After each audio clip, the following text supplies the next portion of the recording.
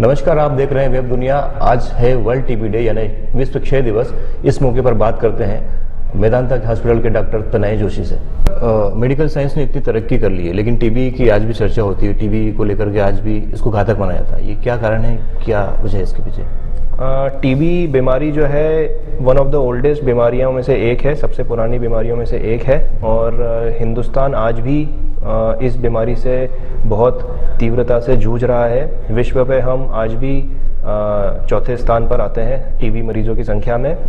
और ज़्यादा पॉपुलेशन होने की वजह से भी हमारे देश में टीबी की जो संख्या है वो बहुत अत्यधिक मात्रा में देखी जाती है। इसका क्या वजह है? इसका सबसे बड़ा कारण क्या है सर? क्यों टीबी जो है इतना घातक बना हुआ है भारत में? इसका कारण सबसे पहले इम्पोर्टेंट कारण ये है कि हमारे देश में आज भी लोगों के बीच में जागरूकता टीबी को लेकर के उतनी नहीं है। और ये बीमारी एक मरीज से दूसरे मरीज में फैलने वाली बीमारी है, जिसकी वजह से ये हिंदुस्तान में छोटे से छोटे गांव कस्बों में फैली हुई है।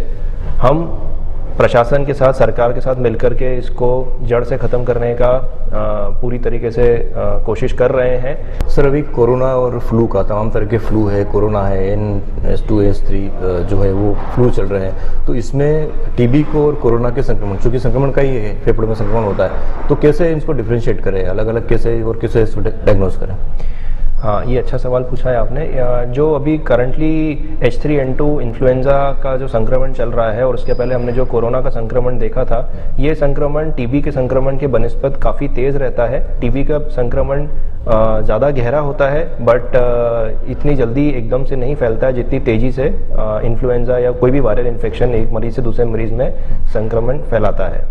और टीबी का जो बैक्टीरिया होता है वो एक अपॉर्चुनिस्टिक इन्फेक्शन होता है। वो आपके शरीर की रोग प्रतिरोधक क्षमता के अनुसार आपके ऊपर हमला करता है। जैसे ही व्यक्ति की इम्यून रिस्पॉन्स किसी भी कारण से, वो चाहे मरीज़ डायबिटीज़ का पेशेंट हो या किडनी की समस्या हो या हार्ट की समस्या हो, वो तंबाकू का सेवन करता हो, अल्कोहल का सेवन करता हो, जैसे ही इन सब कारणों की वजह से उस शरीर की रोग प्रतिरोधक क्षमता गिरती है तो वो टीबी का बैक्टीरिया आपके शरीर पर हावी हो जाता है और वहाँ पर वो बीमारी कर देता है। कोई बहुत छोटे मोटे लक्षण ऐसे जो जिससे अंतर कर सके हम कि ये टीबी है, ये कोरोना है या फ्लू है, किस तरह का? इन्फ्लुएंजा या कोरोना का जो इन्फेक्शन रहता है उसके अंदर जिस समय आपको संक्रमण हुआ है उससे लेकर के लक्षण आने का जो अंतराल है बहुत कम होता है।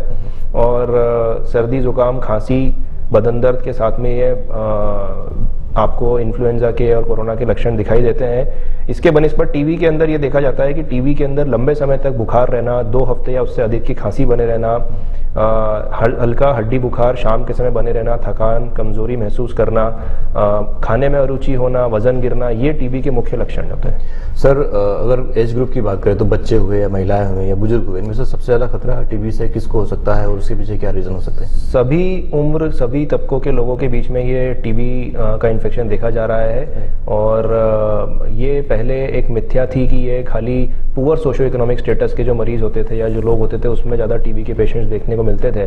पर अब तो हर तबके के, हर स्टेटस के लोग हमारे पास टीबी के लक्षण, टीबी की बीमारी ले लेकर के आते हैं। और जिस भी व्यक्ति की शरीर की इम्यून रिस्पॉन्स कम होता है, ये बीमारी उसको अपने गिरफ्त में ले लेती है। अच्छा। तो उसको मरीज को कब डायग्नोज करवाना चाहिए, कब जांच के लिए जाना चाहिए, किस तरह की जांचें होती है इसकी?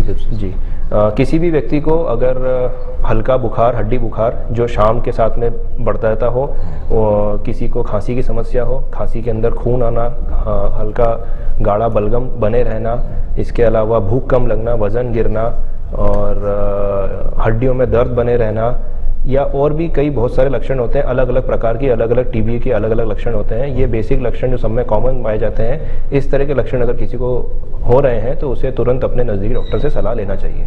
सर, चूँकि आप मेदांता हॉस्पिटल में डॉक्टर हैं, डायग्नोज कर रहे हैं टीबी को और लगातार ट्रीट भी कर रहे हैं लोगों को, तो एक अप्रॉक्सीमेटली कितने मरीज, इंदौर की बात करें तो कितने मरीज आते होंगे टीबी के और किस तरह से कितने दिनों में ठीक होते होंगे, कुछ इस तरह का कोई? ये तो बहुत कठिन सवाल है कि रोज़ पर फिर भी आप मान के चले कि हर दूसरे दिन एक नया टीबी का मरीज, एवरी डे हम एक नया टीबी का मरीज देखते हैं। और एक सामान्य टीबी जो है वो करीब 6 महीने में ठीक हो जाती है अगर मरीज ने उसमें दवा गोली में अपने मन से कोई बंद नहीं करी है या कोई मेजर साइड इफेक्ट नहीं हुए हैं। ड्रग रेजिस्टेंट टीबी हो या कोई बोन टीबी हो या एक्स्ट्रा पल्मोनरी टीबी हो, तो सबके ट्रीटमेंट ड्यूरेशन जो है वो अलग अलग हैं, जो कि सरकारी गाइडलाइन के हिसाब से फॉलो किए जाते हैं। सर, आमतौर पर ये देखा जाता है कि जो निचले तबके के लोग होते हैं, जो लेबर्स लोग होते हैं, उन लोगों में टीबी और इस तरह की चीज़ें ज़्यादा होती है। उनके पास में इतना, उनका आर्थिक इतना पक्ष मजबूत नहीं होता है कि वो इलाज, कुछ सरकारी योजना मध्य प्रदेश सरकार की इसको लेकर के है जिसमें जाए वो कहाँ जाए, अगर वो सुनना चाहे तो ये बहुत ही अच्छी बात है कि सरकार की तरफ से टीबी का 100% इलाज मुफ्त में किया जा रहा है।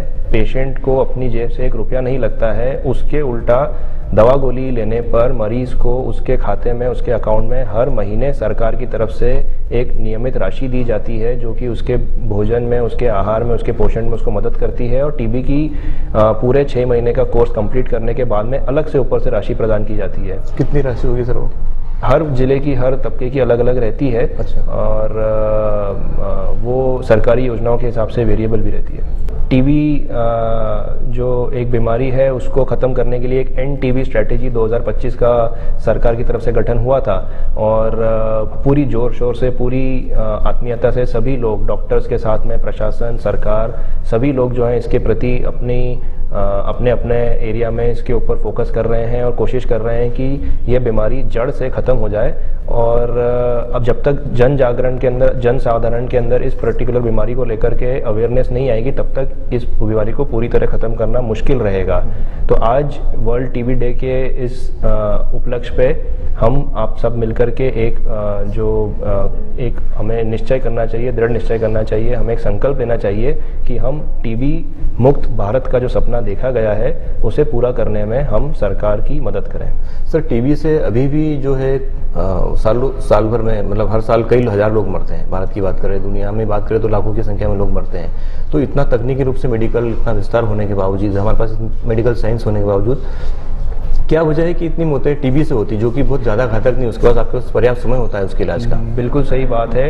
इतना सब कुछ एडवांसमेंट आने के बावजूद भी टीबी आज की तारीख में one of the leading causes of morbidity and mortality है। सिर्फ हिंदुस्तान में नहीं, पूरी दुनिया के अंदर। इसके बहुत सारे कारण हैं। इसके कुछ कारणों के अंदर से सबसे मुख्य कारण ये है कि टीबी की जो दवाई गोली रहती है उसे कई बार मरीज जो है टॉलरेट नहीं कर पाता है, तो वो ड्यूरेशन के पहले ख़त्म कर देता है। कई बार टीबी की दवाइयाँ उसे सूट नहीं कर पाती, तो वो जल्दी उसे रोक देता है।